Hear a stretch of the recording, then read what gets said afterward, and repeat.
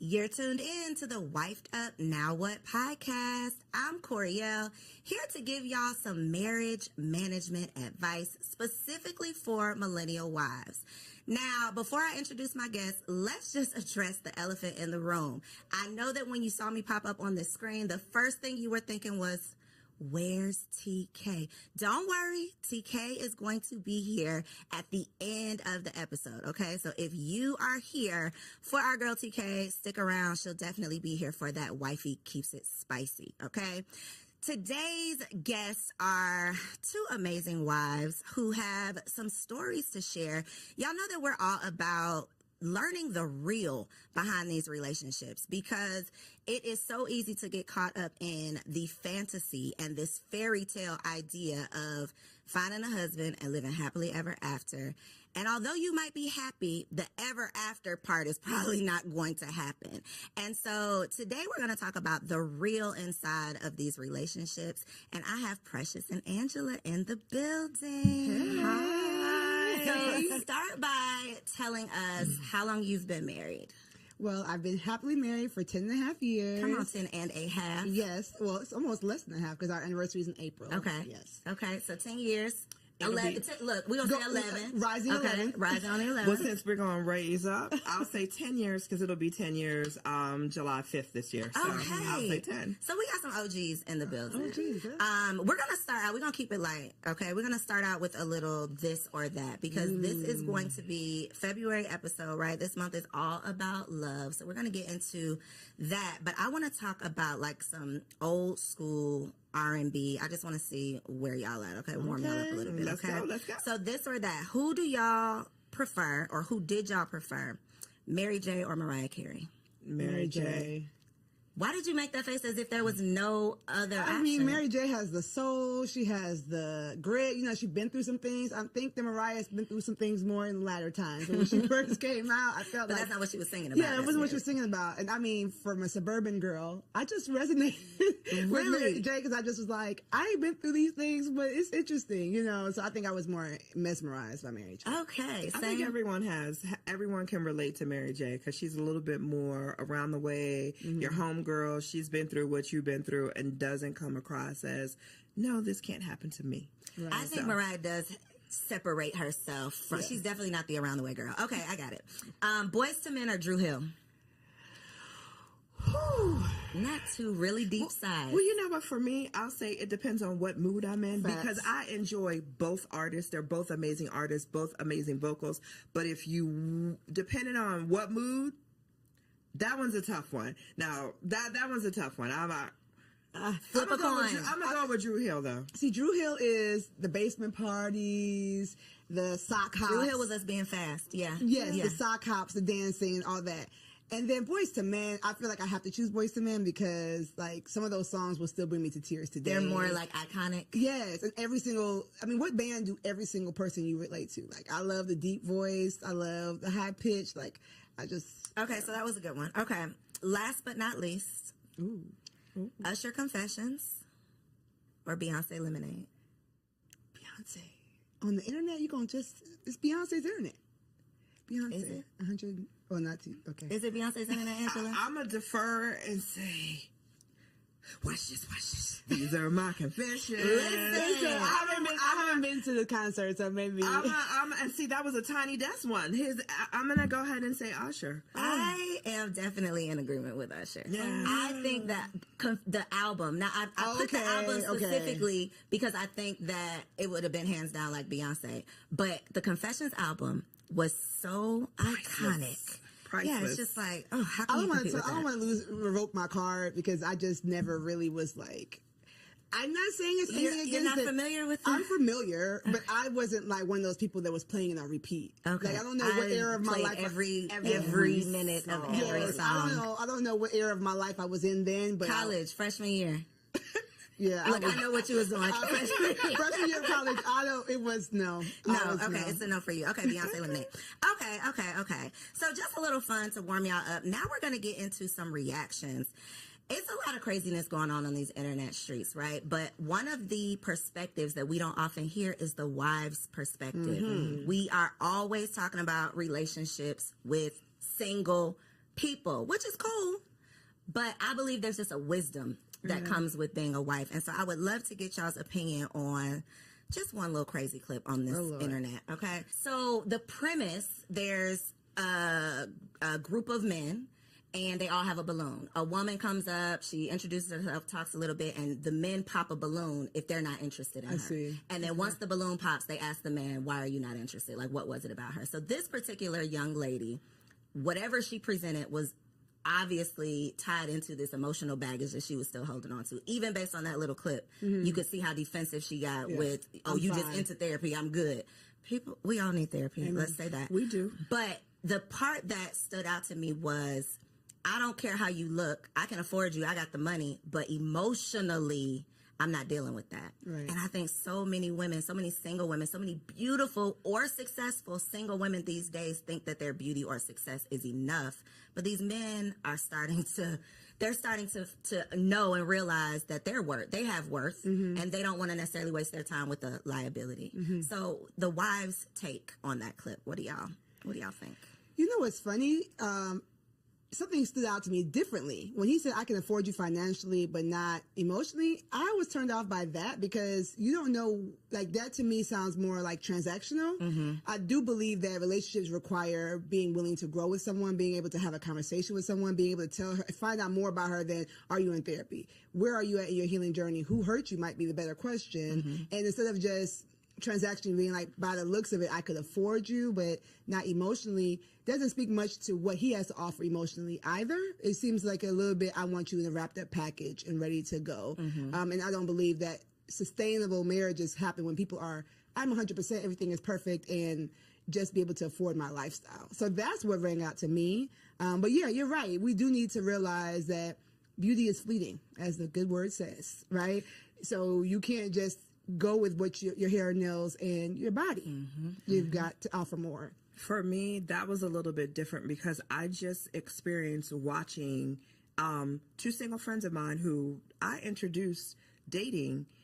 The man came back to me and said, I can't do her emotionally. Oh, wow. And I had a very deep conversation with him about what does that mean? So I think, and his answer was from a male perspective, and it was, I can love you, compliment you until I am blue in the face. If you don't believe that, and if you don't believe what I'm sharing with you, there's emotionally, I can't carry the relationship for the both of us. Right. So for me, that statement took me back to that conversation that I recently had. And I think that was a strong statement. That was a real statement, because individuals, regardless if it's the man or the woman, if you're coming to a relationship broken, Right.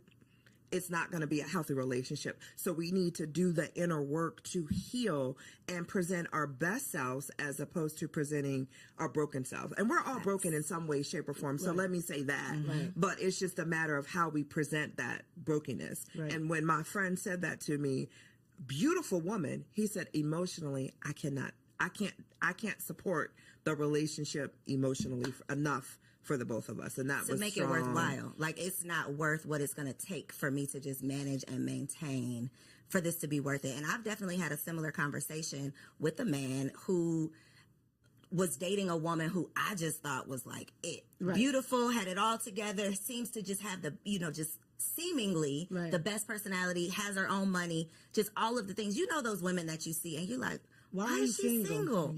And that was literally what he said. He was talking to, and it wasn't necessarily she had emotional baggage. It was more so I don't want to say she couldn't be corrected, but she was never wrong. She could never accept any type of direction. And for men, if you act like you don't need me, they have no place. They feel like, well, there's no point in me being here. And I chose that clip specifically because I think that it speaks to what women say that they want. I just want a man with money. And what men what we think men want, which is just a pretty face.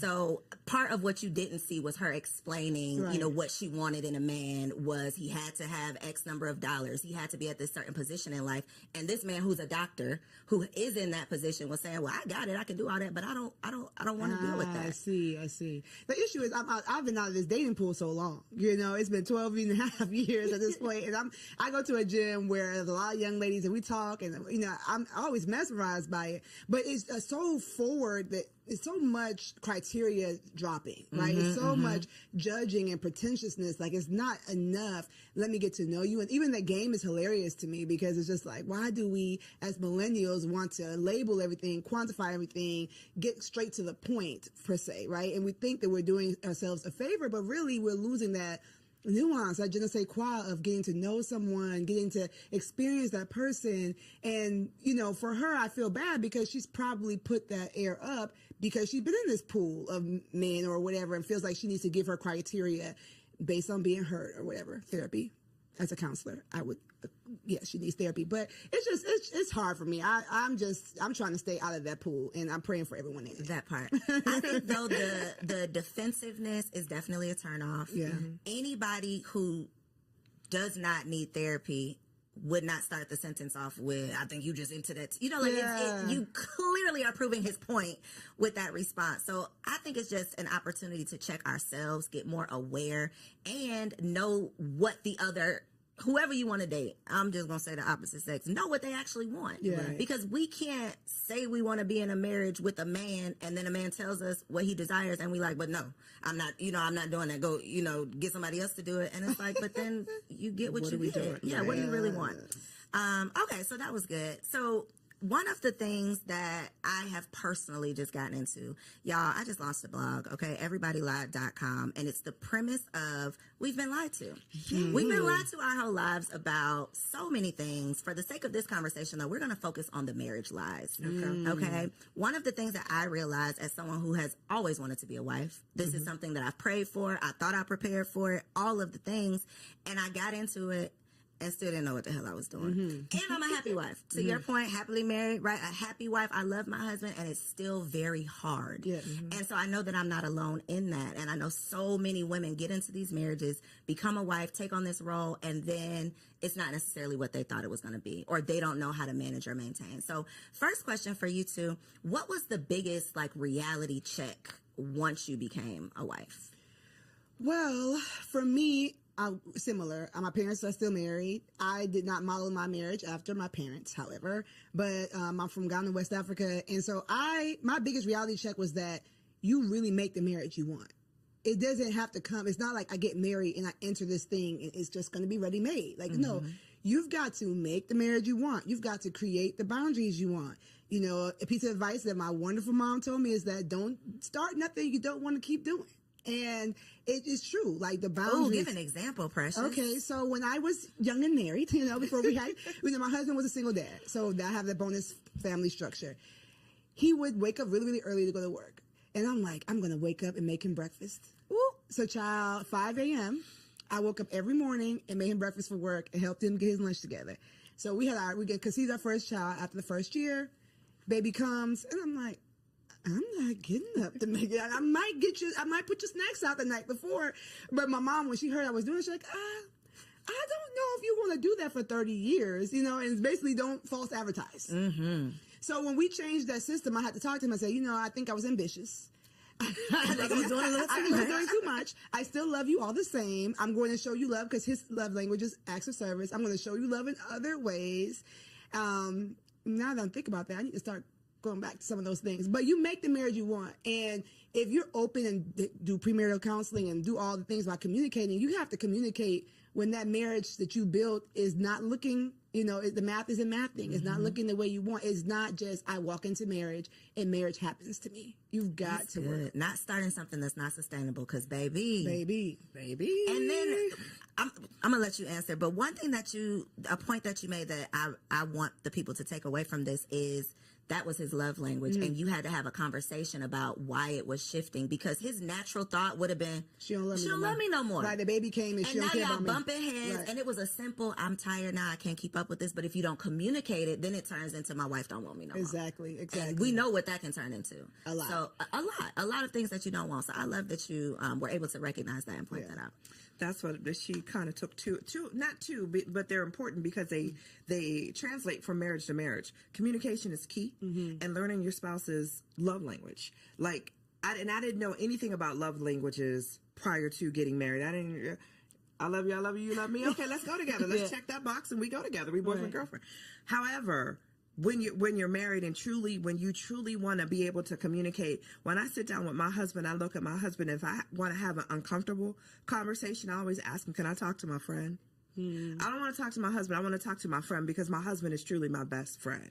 And I talk to him. Sometimes I catch myself, and girl, he gonna stop it. He be like, I'm not your girlfriend. Like, stop it. So stop. I know I'm not, but I'm so comfortable. And we after, we've been married for 10, together for 12.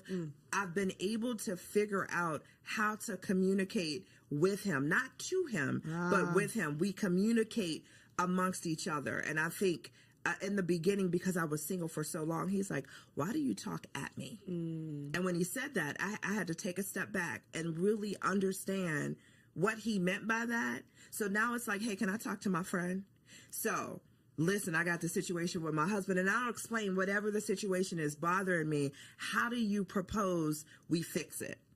And then he'll giggle, and he's like, so should I answer as your friend or your husband? So it's just finding relatable ways that's not going to make someone defensive, that's not going to make somebody automatically shut down and not listen, but finding creative ways to communicate. So I'm going to go back to, I love when we first started dating. Like, so let's talk how we talked when we were dating before we got married. And then I had to understand, what is your love language, and incorporate his love language into our communication to keep things easy. So again, it's just that communication and knowing how you want to be treated and how your spouse wants to be treated. And that is, and making your marriage your own to what Precious said. Like, no one has a blueprint, and you want your marriage. You want to enjoy your marriage. You want to be able to say, hey, I love it here. Yep. That should be it. I love it here. Yep. One thing that you said that I think is a big challenge, and it goes back to the clip with the you need therapy, the emotional immaturity, whatever, is I have to say it in a way that he doesn't get defensive. I want to flip that, though, because me and my husband have had some conversations, and I'm on the defense immediately. And it's part of me recognizing things you need to, areas you need to grow in, things you need to work on. I am very non-confrontational, so I don't want to have those tough conversations. But baby, in this marriage, it is not what you want to do. It's what needs to be done. And so for a woman who's not willing to mature or grow or evolve or go to therapy or work on herself, marriage is not going to work. It is not going to last. She need to stay single. You have to stay single. I put up on threads, if you can never be wrong, you should never get married. Like, if nobody can check you, that's the point of marriage. What are you doing? Like, marriage is your mirror. Marriage is motherhood too, if we're going to get to that. But marriage and motherhood are your mirror. Okay, alliteration. You're going to see yourself in the way you never saw yourself while single. Right? If you see yourself, it's going to be uncomfortable. It's going to be so uncomfortable. If you see yourself in your own eyes all the time, then, I would say get some really deep relationships, even with the opposite sex, even with your own gender, before you get married. Get people in your life that are going to challenge you. That iron sharpens iron, right? They are going to challenge you and show you where you're fleeting. I know nowadays roommates aren't popular. Like I said, this is a new thing for me, but I am a proponent of maybe having a roommate. It depends on your age. Somebody that's just going to show you, like, you do this and it's weird. Like, stop doing that. And if the first person who has a hard conversation like that is your husband, then he's going to be the enemy. Yep. Then it's you and it's not me, because nobody else has ever told me this. But you've never allowed anybody that close to you. And you need therapy before you get married. Okay, I know they say premarital counseling, but you need your own session so that you can work through your stuff before you bring that baggage into a marriage. How has your communication had to change within your marriage? because you said you've evolved into, I know how to approach the conversation now. What did the unevolved Angela look like with these conversations? The unevolved Angela looked like I was that female because I got married late in life. And when I say late, I was 44. Yeah, I was 44, right? I was already set in my ways. So as individuals, when you, and I was a single mom. So raising my son, for me, I was pretty much set in my ways. I knew how I wanted my day to look from start to finish, or how I would move throughout the day from start to finish.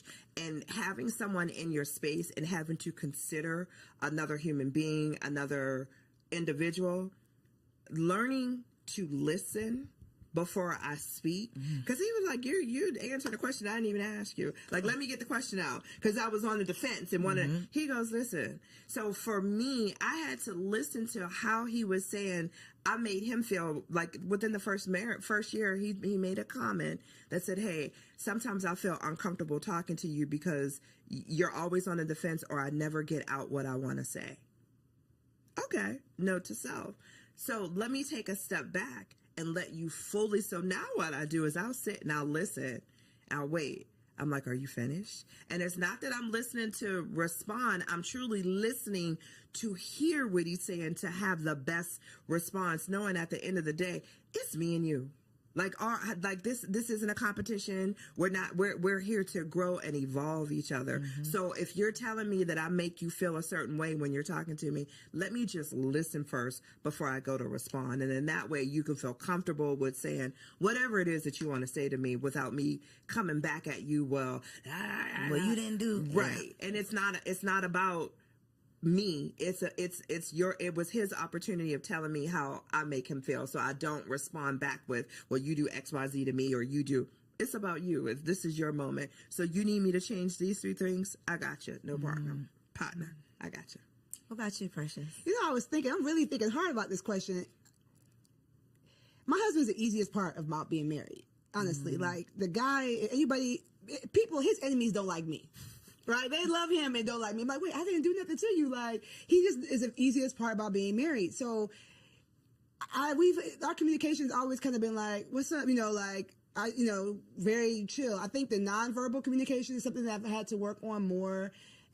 What's that look like? Your face talking for you? Face, maybe just like, my love language is physical touch, which is not a lot of women's love language. So if I'm irritated, I'm like, you don't really gotta touch me like that right now, right? But so working on that, and then also we talked about evolution, right? So Co knows this. I lost 75 pounds before I got married, and I've gone through weight loss after having all of my kids and all that stuff. Yes. So having 3 kids, having a weight loss journey, and now I help moms do the same thing, but I've had to learn my body. So my nonverbal communication has changed, right? The things that I like have changed. So I've had to communicate with him physically different, and he had to learn me more so differently as I have gotten older. Now I feel like I have the body I wanted when I was 20 something, you know what I'm saying, in my 30s. So our physical communication has changed and evolved, and he's thankfully saw me on my journey when we met. And so he likes me heavy. He likes me slim thick. And so it works, but we had to kind of figure out like, oh, okay, you can do that now. Okay. Like, okay. So our physical communication, has had to evolve. Okay. Reading between those lines. Exactly. I want to talk about those times you want to kill him though. Okay. Because 2 o'clock. Look, 3 o'clock now. I really love my husband down. And there are, love his dirty draws. But there are days when it's like, I'm going to kill this nigga. Yeah. Can I do this for the rest of eternity? Right. I have honestly had those thoughts. And I'm sure he has as well. I think it's just kind of what comes along with it. But that is not the expectation with the happily ever after that we're signing up for. Right. So in those moments when he is your best friend, he's the easiest part of marriage, but it ain't easy. What do you say to yourself in those moments? What is your outlet? How do you calm yourself down? What do you tell yourself to put yourself in check? Like, what do you do in those moments? Yeah, so I said my husband's the easiest part of marriage because his personality, like just who he is like, wow, I don't think my personality can match with anybody else on the planet, right? But marriage is more than just you and that person. Marriage is you and that person, their child, if you have a blended family, or their parents, the way they relate to their families. With however toxic their families are, that's something you need to evaluate before you get married. Like, all those things matter. And so, the days where I'm just like, I don't like how you handled that, or stick up for yourself, or go for more, or, you're so talented in this, I want you to, where you're like wanting to coach your own spouse and you have to let them be their own person. I have to really decide that, like, am I? Personal development and becoming a better you is always going to make a better we. And so I think that a lot of times, especially wives, we have that vision. We can see where we can go. And sometimes our husbands are like, I want to watch football. Like, or I don't need to do good. Yeah, I'm good. Like, we're good right here, or whatever. And even if you have a super ambitious husband, some of the things that we see vision for, they don't see it. And so I say to myself, I say to my clients, like, focus on you. Focus on go to the gym, get a hobby, cope with your friends. Some of the things that we are getting frustrated with our husbands are because our friends are supposed to hold that role, not our husband. And so I've had to learn. A word right there. Listen, like, sometimes you're just putting too much weight on that relationship and it cannot stand the weight. And so spiritually, I tap in with God, like, maybe, Lord, am I using him as an idol? I need to spend more time with you. Physically, I'm trying to be up all under him and I need to go find a friend. I might be having some anxiety. Let me go get a workout in. Let me go get walk in, like, build me up physically, spiritually, emotionally, so that it takes off some of that pressure off the relationship. That's good. Yeah. Ooh, I like that one. When I get to the place where I just, what my husband, I honestly, I take a step back and I say, is it really detrimental to the marriage? If it's not, I let it go. And it's funny, our arguments, 10 years, our arguments are so minute when I listen to other marriages and we talk about, like, issues or problems. Our issues are so small, and I feel like I'm so blessed because of that, because we talk all the time and we communicate about things all the time. But when I get to the point where I just want to choke him, I take a step back and I'm like, is it really that deep? Is it really that detrimental? Like, I'd be mad, like, man, you left the bathroom light on again. I just want to, and I'm like, is it really that deep? Instead of checking him to say, hey, once again, you left the bathroom light on, I'm just going to go ahead and turn it off and keep it moving about my day. It's just, our arguments be the little petty stuff. But those little petty things can add up. Yes. If the communication is not there. If you don't, if they're not communicated. So, like, our arguments are not, like, I just look at and even like our biggest arguments are, I take a step back. Is it really that detrimental to our marriage? And if the answer is no, I just let it go and keep it. Do you all believe there's deal breakers in marriage? In your personal marriage, is there a deal breaker? I say all the time, if you cheat, then yeah, that's a deal breaker for me. And he looks at me, he was like, you'd be so quick to dismiss somebody for cheating. I'm like, for me, you always have a choice. And that choice is not necessarily, am I going to do it or not, but there's a choice prior to you wanting to do that. What is wrong in the marriage that needs to be fixed that you couldn't communicate with me?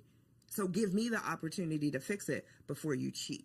So for me, anything else we can get over, but if you cheat, there were all these opportunities. Obviously, I was not giving something, don't know what that could be, because you've never communicated that to me. So for me in our marriage, my husband already knows, for me, like, cheating is like a deal breaker, where he's the opposite. I'm his second marriage, and he's like, we're together forever. So basically, and he always says I had to ask myself, before I asked you to marry you, is this for good? And is there anything that I could not get over? And his answer was no. So I'm like, okay, well, that man ain't cheating. That man ain't cheating. He's trying to stay with you. I would say there is no immediate deal breaker in my marriage. Okay. So immediate. That means nothing is.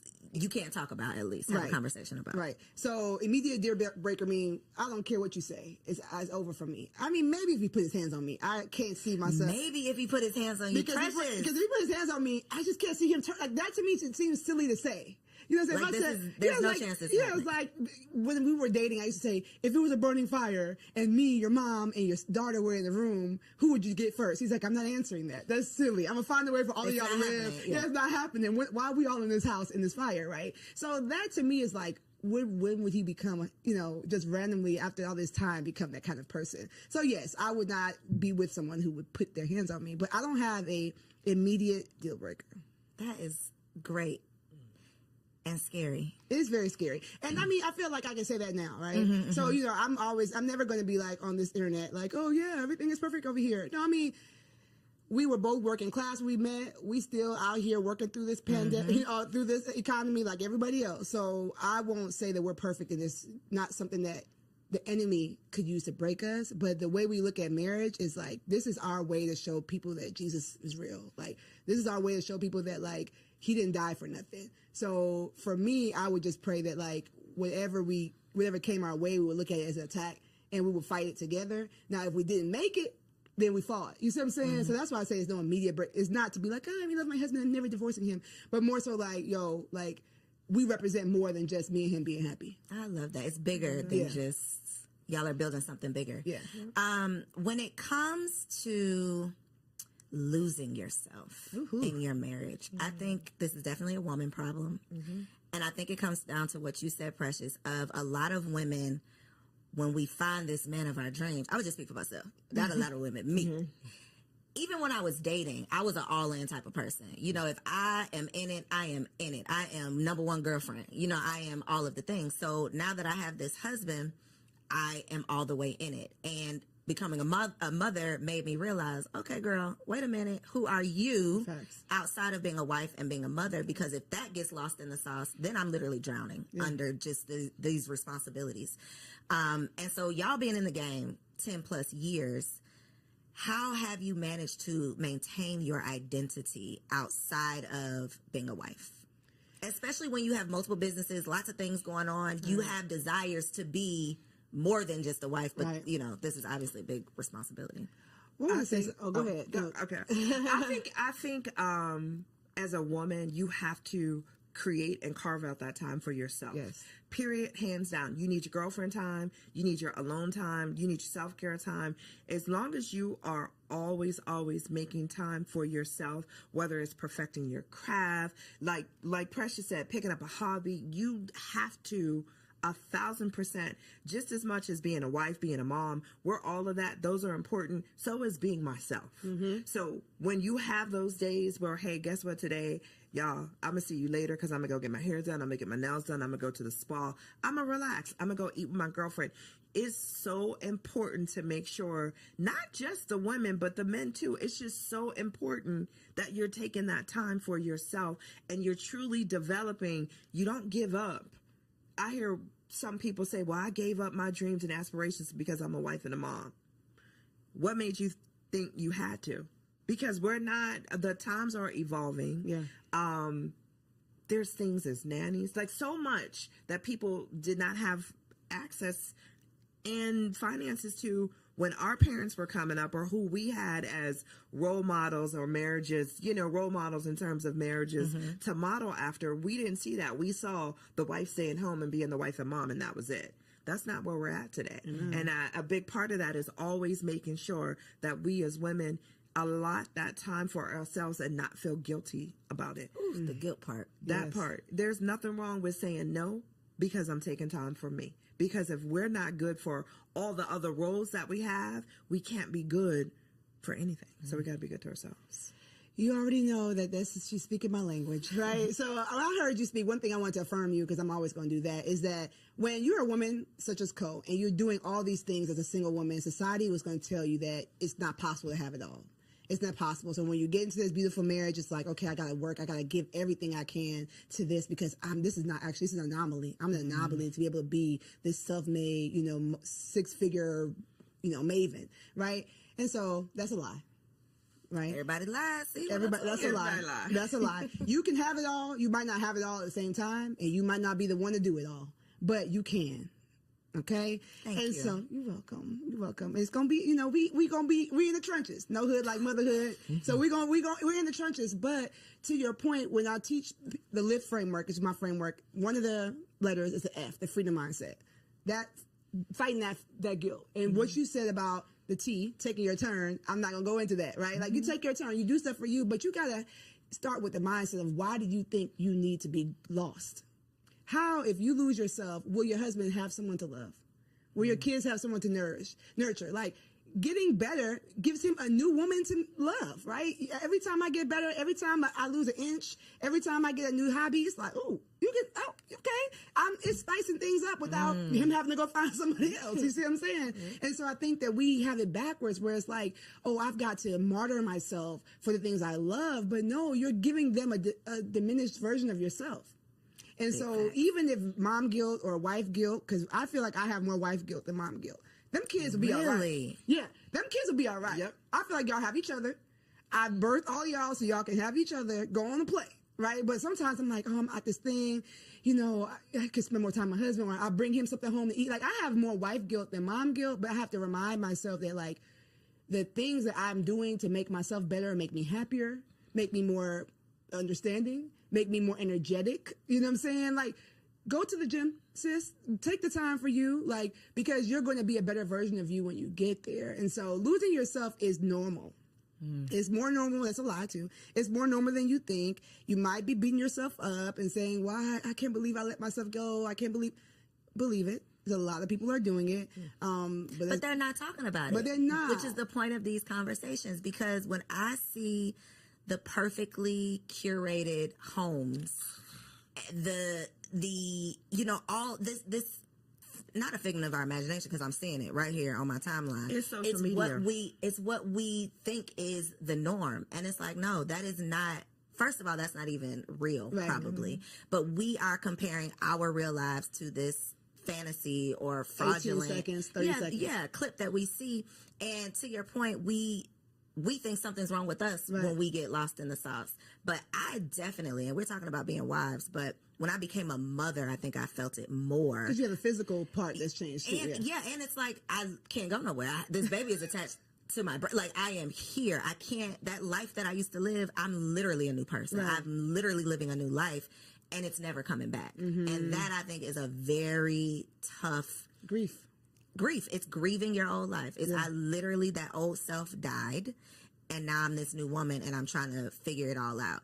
And so conversations like this are so important so that we can normalize the struggle. Like, this, it's not happily ever after. It can be happy, but ever after to me means forever and ever and ever. You're just gonna be happy, and that's not the case. Exactly. I think to Precious's point, she made a statement earlier in regards to when you become a new mom, your friend circle is going to change. Yeah. You want to surround yourself around individuals who are walking the same path you are. You're a new mom, and I'm not saying you're a new mom today, but as a new mom, you're not hanging with the girls that always want to go to the club, because that's not you anymore. So as you develop as a woman, and as we evolve as women, our circles change. Our circle of influence change. I wouldn't ask a single girlfriend who knows nothing about being a parent to watch my child for me. But guess what? I'm going to have a whole nother set of girlfriends who are parents, who understand the struggles of being a mom and being a parent and having someone attached to you, or always having to be mindful of another individual. So we just need to, instead of not having the conversations, and I'm so thankful that you have this platform for individuals, for women to know, it's all a lie. Like, you evolve and grow, and as you grow, your circle's going to grow, and as a woman, we're going to grow, and that's the evolution part of that. Yeah, but even to that point, I feel like some of those single friends are just real important too. Those are the TTs, right? I think the village has evolved. It's not going to always be the grandmas, because some of these new grandmas, these grandmas is out in the these streets. new grandmas are out in the streets, right? So I agree with her saying, like, get those sisters that can, that's why I created my brand. That's why I created what I do, because we need to have a tribe, right? But then don't forget about some of the people who might not be in the same zone, because they're going to be the ones to take the kids to do the fun things you don't feel like doing. So what about friends for your marriage? Because that is another, like, revelation. I done had so many revelations. That is one of them, of, like, it takes a village to raise a kid, but I think it takes a village to have a healthy, happy marriage as well. True. Absolutely. Especially in terms of not necessarily like leaving your single friends in the dust, but I do believe there is a value and a benefit to having other married couple friends. Absolutely. Because when you come across some of this craziness, I gotta have somebody who I can relate to. True. So what has been the value, or have y'all seen any value or benefit of having those like marriage friends, or do you? Absolutely. We always joke, if I like the wife and he likes the husband, we go together. Like, that's it. Like, once you find that, that is gold. And then, unfortunately, we've had some times where he loves the husband. Like, I'm like, sorry, y'all got to break up. Y'all got to break up because I'm not coming. I'm not coming. I can't do it. Thankfully, I'm an extrovert, so I'll bear with them once a quarter. But it ain't finna be no regular. It's not going to be. So, yes, I find it very important. We're members of a church. We were in ministry for a long time. So, a lot of that was ready-made for us. So you had a built-in. We had a built-in community now when we changed churches, and it was like hard. We were like in the first place, like, well, you got to make new friends at this age. But yes, I do find it very important, especially for husbands. I know that we're talking to wives, but like, I think that women talk about their marriage more than men talk about their marriages. For sure. And so I know that I can say my husband's so amazing because he can see like what his married friends are talking about. Like they kind of can see like, he's like, dang, Precious is boisterous, but she ain't like that. Girl, they be making me look good. I'm like, well, thank you, girl. You keep cutting up. Yeah, keep cutting up over there. Right. So, I think it's very important. And for women too, like you just see something that like, oh, I'm glad. My man, you got to deal with that. Yeah, like we got to, we all right, you know what I'm saying? Like we might not be in a mansion, but he be at home. I think it's important. I think 1,000% important. I have an equal balance of both single friends and married friends, but for us, we enjoy hanging out with our married friends more because it's just more conversation that I relate to, and it's just, and for both of us, and it's just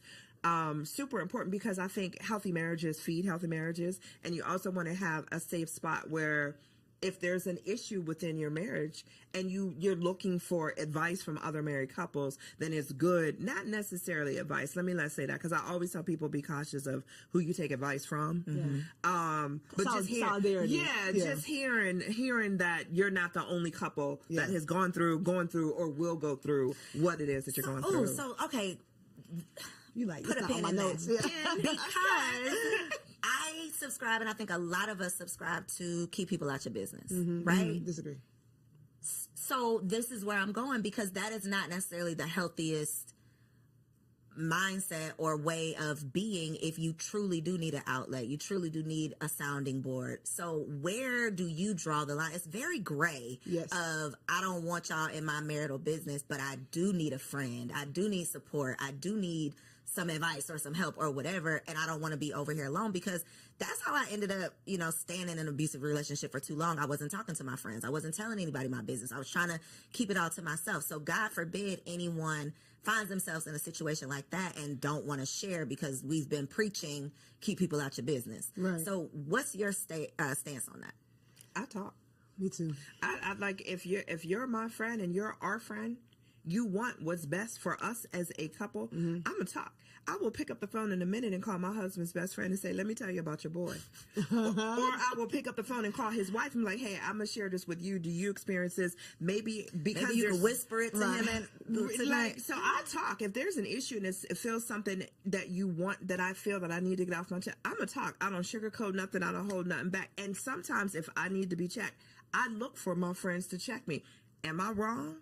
Or tell me and that's how, and I have a girlfriend that I go to, and anytime I start the conversation, okay, I need you. Am I wrong? She's like, hold on, let me get my coffee. But so you want those friends where you want to know that you're talking in a safe space, and you're talking and you're going to get great feedback back. So but I don't listen, hey, no one's perfect. What about family though? No. Is it only friends? Except for my sister. My best friend my sister's my best friend. So, but even with her, some things I feel like if it's going to change the level of advice she gives me in the future, I don't tell her. Explain that. So sometimes there's something that you might be going through that's a recurring thing, right? And you feel like if I say this recurring thing to this person, it might shift the way they advise me moving forward. So I need somebody who's really clearly, like, me and her are 13 months apart. Like, my drawers are dirty, she's like, girl, but that's, it's just a stain. You know what I'm saying? Right. So, she'll tell me I'm wrong, don't get me wrong, but some things it's like, okay, I'm I don't need to I'm hear done that with right this now. recurring thing Yeah. that you know. So I think for me, I do talk. As you can see, I do talk, but we've already used wisdom in the circle. Like it's only, but he knows the 3 people I'm told. It's not gonna be this random friend I met at work and it's like we're best Now friends. she in your business. Yeah, no, Right. it's like he knows, and then he gonna know if her husband texts him. It's like, oh dang, she didn't tell.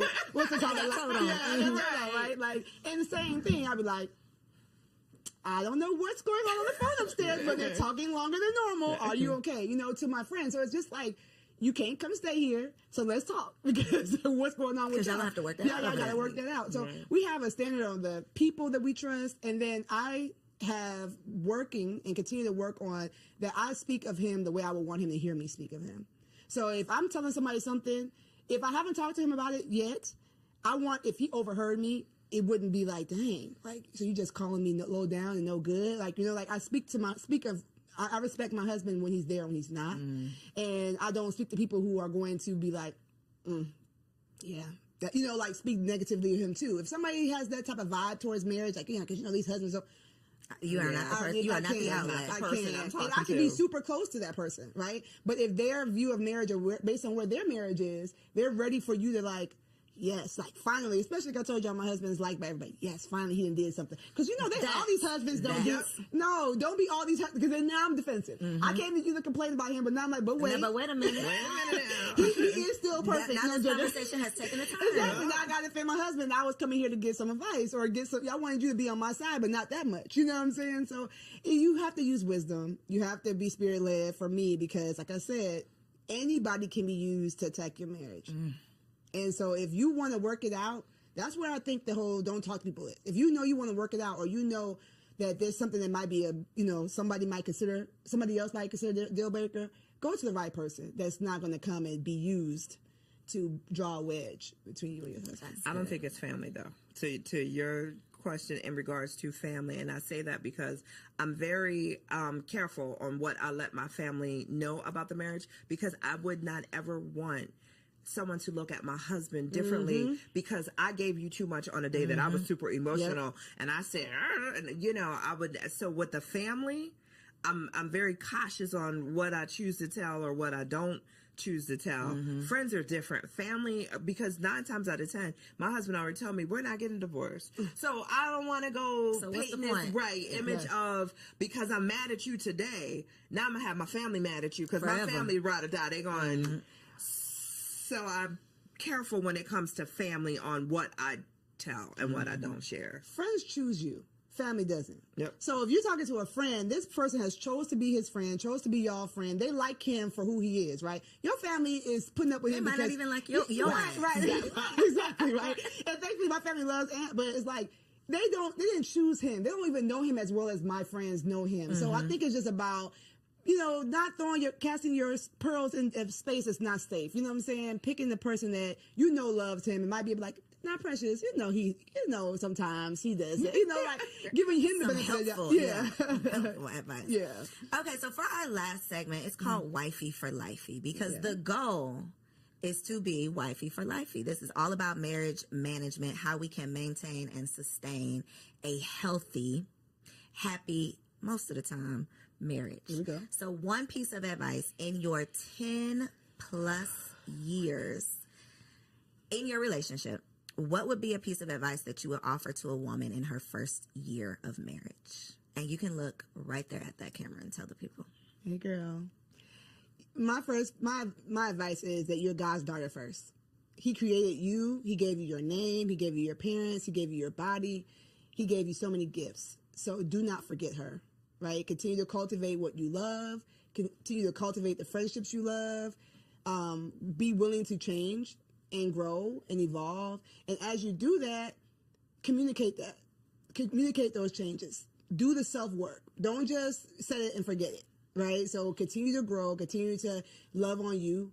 The word says that you love the Lord your God with all your heart and love your neighbor as yourself. But if you don't love yourself, if you neglected yourself, that love you're giving other people is not going to be the level of love that they deserve. So just don't forget you. You know what I'm saying? If you ever need a hand in the process, my name is Precious. I got you. But just don't forget you, and you're loved. Thank you, Precious. What you got, Angela? For me, it's communication. I'm going to stand on it. I'm going to stand 10 toes down. Figure out the best way to communicate with your spouse. However, whether it's verbal, nonverbal, listening, communication is not just talking, it's also about listening. So if you, in your first year of marriage, if you and your spouse can truly, truly, truly connect on how to communicate with each other, you're going to go a long way. That has been a common conversation here. We always talk about finances being the number one cause of divorce, but I would believe it's the lack of communication about finances that is the number one cause, and the resentment that comes from not communicating. Yep. So, such a good conversation. I learn something every single time I have the opportunity to host these shows. So, thank y'all for offering your wives' wisdom. Precious, I know you got a lot of stuff for the people. Angela, I know you got a whole lot going on. So, look in the camera, tell them where they can find you and how they can connect with you online. Yay. So I'm Precious K. Williams on all platforms. I'm a mommy wellness coach and an international wellness speaker. So I talk about wellness, women's wellness, and lifting yourself up, right, with the power of the Lord, lightening your load, igniting your spark, embracing a freedom mindset so you can take your turn. I run an 8-week program for moms doing just that. So if you need me, go to preciouskwilliams.com. I have a free quiz on there, so you can find out how well you actually doing and not just being like, I'm doing all right. I'm doing okay, girl. No, let's figure out how you actually doing so we can get you the help you need so you can be your best self and live happily, mostly ever after. And I'm Angela McCoy. You can find me. Well, I'm the president and CEO of Full Circle Consulting Group. We do public relations, we do marketing, we do artist management and events. So if you ever need a fantastic event, we got you. Yeah, you're an artist. You need management. We got you. Public relations. We got you. And if your company needs help with marketing, we got you covered there. You can find us at fullcircleconsultinggroup.com and Full Circle Consulting Group on IG. Two bossed up baddies that are still out here living healthy, happy wife life. Okay. So I hope y'all enjoyed the first part of today's episode. We are about to get into Wifey Keeps It Spicy. TK is the next face that you'll see. Catch you on the next episode. Hello, beautiful ladies. Welcome back to another Wifey Keep It Spicy segment with your girl, Takesha. I'm super excited to be back. Yes, with another banger, of course. This is the month of love, February. That's why I got on my red, keeping it sexy. But Valentine's Day is right around the corner as well. And so, of course, I had to give y'all some gems, some jewels, some tips, the tea on how to keep it spicy. Listen, this week is for the big girls. Okay. What do I mean? Because I'm about to challenge y'all to something all month long. Okay. I'm not just about to drop some gems for y'all to be able to enjoy one day. No, baby, we are about to have thriving sex lives and intimacy with our spouses forever. Okay. So we're going to lay down some foundational work, right? I want to challenge y'all as your sister, as your auntie, as your friend. Okay. Am I auntie? But as your friend, I want to challenge you to two things. Okay. I need you to ask yourself if you are ready for the challenge. Why am I challenging you? Because I have done these things. I have experience in these things, and they have absolutely elevated my intimacy with my man. Okay. So if you want to elevate your intimacy, if you want to keep it spicy, I dare you to accept this challenge. Number one, I challenge you to step up in your femininity, specifically in the way that you dress in your house. Okay. A lot of us need to go ahead and fold up the leggings, the oversized t-shirts, the hoodies, the sweatpants. Fold it up, sis. Let's fold it up. And we're going to wear our little house dresses around the house. Okay. We're going to wear elevated loungewear around the house. Okay. We're going to wear those Ross and TJ Maxx summer dresses in the home. We're going to get oiled up. We're going to look cute. Why does this matter? Why am I challenging you to this? It's because when you feel feminine and you feel soft and you are taking care of yourself, you will be more prepared to be able to be intimate later on at night. A lot of us are complaining about being tired and being drained and being overworked. And we just feel like we're in this masculine energy. Well, here's a small tip to step into that feminine energy so that you can be all you need to be when it is time to do what we need to do. Wear those dresses around the house all month long. Step into your feminine essence, right? I just want to put this caveat out there though. Be prepared for your man to want it all the time, and be prepared for you to want it. Okay. Because when you walk past that mirror and you see your silhouette and you see how good you look, you see how you jiggling and wiggling and smooth in that dress, you are going to feel confident. It's going to boost your self-esteem, and it helps you thrive in your femininity, which is absolutely attached to your intimacy. The second part of this challenge, and this is for the big girls. Are y'all ready? I want to give every single last one of y'all some homework. We are going to set our man down. We are going to set our husbands down. And this is exactly what we are going to ask. We're going to ask how we can be a better wife. We are going to ask for them to share with us all the areas that we could work on. We are going to ask for every aspect of our lives. How am I as a mother? How am I intimately? What is the things that you want from me? Talk to me, Big Daddy, right? And I know a lot of y'all like, girl, he the one that need to be elevating. He's the one that needs to be asking me these questions.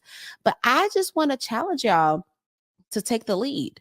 I want to challenge y'all to become more self-aware so that not only are you stepping into your femininity and you're looking more feminine, you are aware of the places that you need to grow in. You are aware in the areas that you need to stretch in.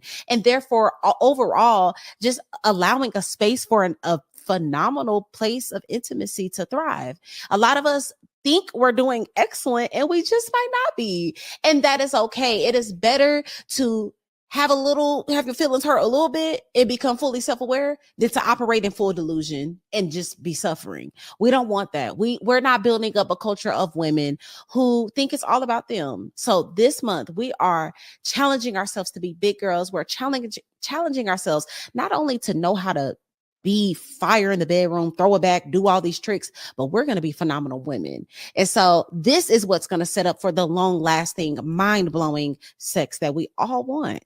So that is my advice. That's my tips for this month. I want y'all to comment down below, not this month, but this week.